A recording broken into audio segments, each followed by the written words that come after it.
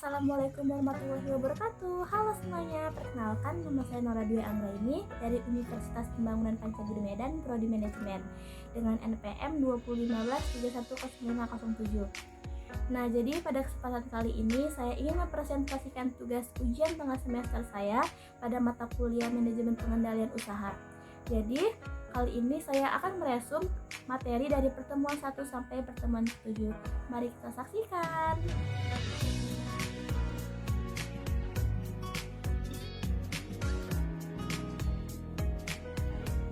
Langsung saja kita mulai dari pertemuan 1 yang mana materinya tentang kewirausahaan, yakni kewirausahaan sendiri adalah hasil dari suatu disiplin serta proses sistematis penerapan kreativitas dan inovasi dalam memenuhi kebutuhan dan peluang pasar.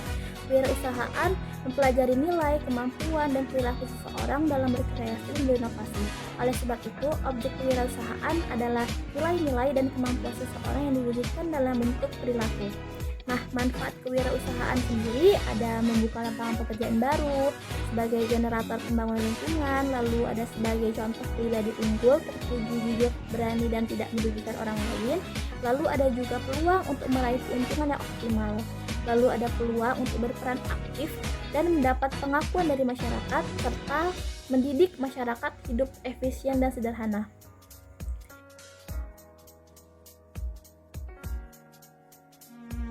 Kita lanjut pada pertemuan 3 yang mana materinya tentang merintis usaha baru dan menganalisis model pengembangannya.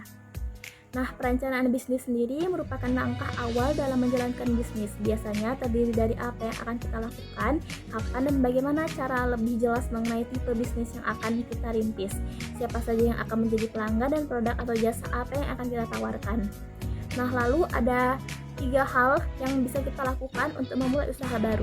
Yang pertama adalah merintis usaha baru atau starting, 2 membeli perusahaan orang lain atau buying, dan 3 kerja sama manajemen atau franchising. Untuk tahapan-tahapan dalam merintis usaha baru sendiri ada diawali dengan adanya ide, mencari sumber dana dan fasilitas barang, uang dan orang, objek bisnis memiliki pasar, dan memperhatikan peluang pasar sebelum produk diciptakan. Lalu sebuah atau lebih peluang usaha atau business opportunities dikatakan ada jika di dalam pasar terdapat kemungkinan yang menguntungkan untuk menawarkan atau menjual barang dan jasa yang ditujukan untuk memenuhi kebutuhan, keinginan, atau preferensi konsumen. Nah, manfaat membuka usaha juga ada beberapa keuntungan menarik yang bisa kita dapatkan dari membuka usaha sendiri. Yang pertama itu ada potensi penghasilan yang tak terbatas, 2 memaksimalkan kemampuan, 3 bebas mengatur waktu kerja dan sikap mental yang mandiri.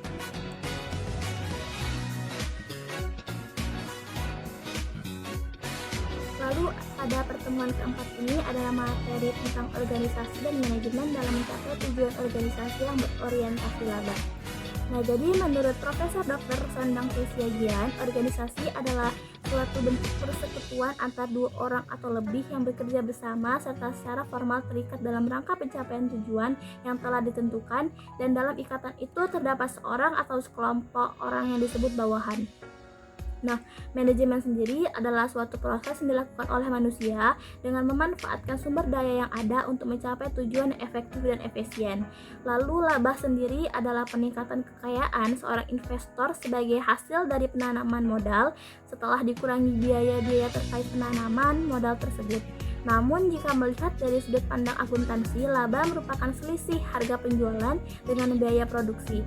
Pada umumnya, laba kerap kali menjadi ukuran yang digunakan untuk menilai berhasil atau tidaknya manajemen suatu perusahaan atau badan usaha yang itu dengan melihat laba yang telah diperoleh dari perusahaan tersebut. Setiap perusahaan sendiri memiliki misi yang spesifik mengenai eksistensinya dalam bisnis yang digeluti. Misi ini mendorong perusahaan untuk menentukan tujuan perusahaan, yang menjadi penentu arah gerak segenap komponen organisasi untuk mencapai kesuksesan.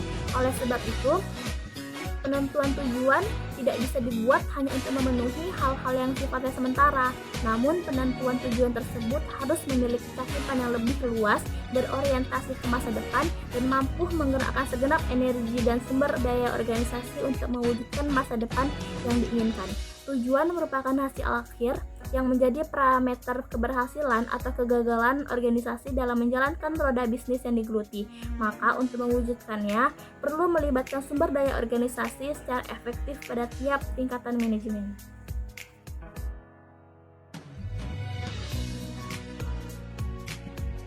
Nah, pada pertemuan 5 ini ada materi tentang konsep-konsep sistem pengendalian manajemen dan batas-batas pengendalian manajemen. Nah, pengendalian sendiri merupakan suatu proses dasar untuk mendapatkan sesuatu yang identik dan apa saja yang akan dikendalikan. Pengendalian membantu mengidentifikasikan masalah manajemen usaha. Untuk mengidentifikasikan masalah merupakan tantangan bagi para manajer sendiri. Seorang manajer akan menyadari suatu masalah apabila terjadi penyimpangan dari sasaran yang ingin dicapai. Salah satu fungsi dari manajemen adalah pengendalian. Pengendalian merupakan suatu proses dasar untuk mendapatkan sesuatu yang identik dari apa saja yang akan dikendalikan. Pengendalian membantu mengidentifikasikan masalah-masalah manajemen. Nah, untuk aspek dari pengendalian manajemen sendiri ada 1.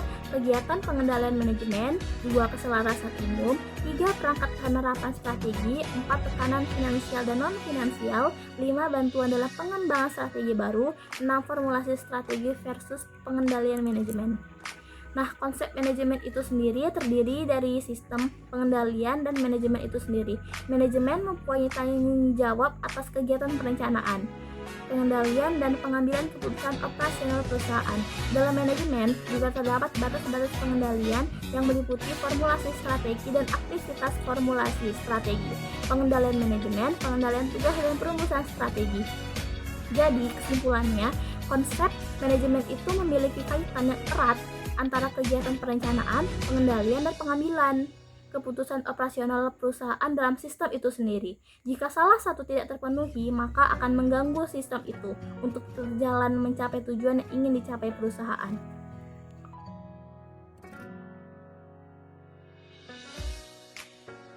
Nah, pada pertemuan 6 sendiri ini ada materi tentang perilaku dalam organisasi, faktor-faktor yang mempengaruhi keselarasan, tujuan organisasi, sistem pengendalian formal, jenis-jenis organisasi, dan fungsi-fungsi pengendalian.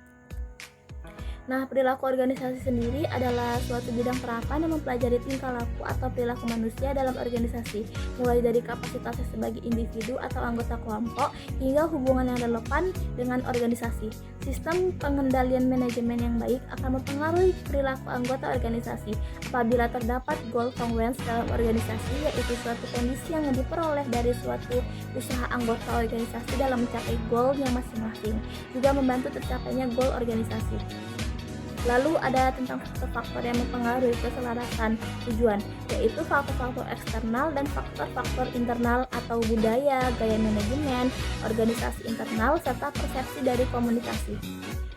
Jenis-jenis organisasi sendiri yaitu struktur fungsional, struktur bisnis, dan struktur matriks. Adapun fungsi sistem pengendalian manajemen adalah agar perusahaan bisa mencapai tujuan yang telah ditetapkan. Lalu sistem pengendalian formal yaitu aturan-aturan atau pengendalian fisik, manual, pengamanan, sistem dan sistem pengendalian tugas serta proses kendali secara formal. Nah, fungsi sistem pengendalian manajemen sendiri adalah agar perusahaan bisa mencapai tujuan yang telah ditetapkan. Cara yang dilakukan yaitu dengan membandingkan prestasi kerja agar sesuai rencana semula dan melakukan suatu tindakan yang tepat untuk bisa mengoreksi hal-hal yang menyimpang dari yang sudah ditetapkan. Selain itu, dengan adanya sistem pengendalian manajemen yang baik, maka pengendalian biaya yang dikeluarkan dari sebuah perusahaan akan lebih efektif. Hal ini dikarenakan dalam pengendalian biaya yang baik membutuhkan komunikasi antara informasi yang disampaikan oleh akuntansi kepada manajemen yang baik.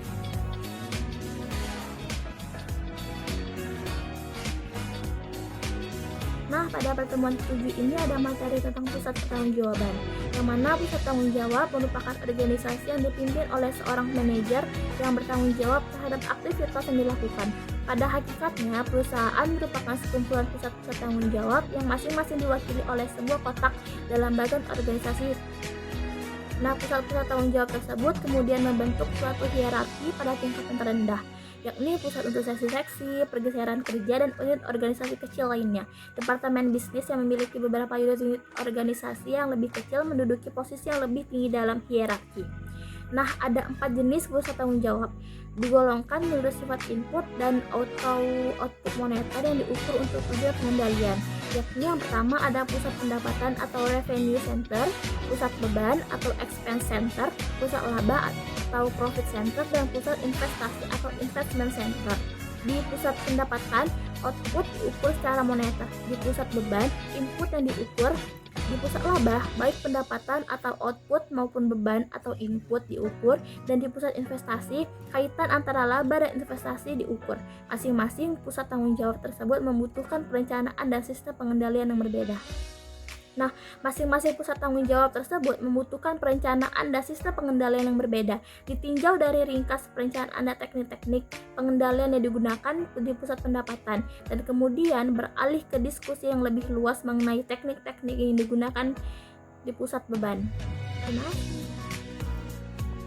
Sekian tugas resume dari saya. Maaf jika ada salah kata. Saya ucapkan terima kasih dan wabillahi taufiq wal hidayah. Wassalamualaikum warahmatullahi wabarakatuh.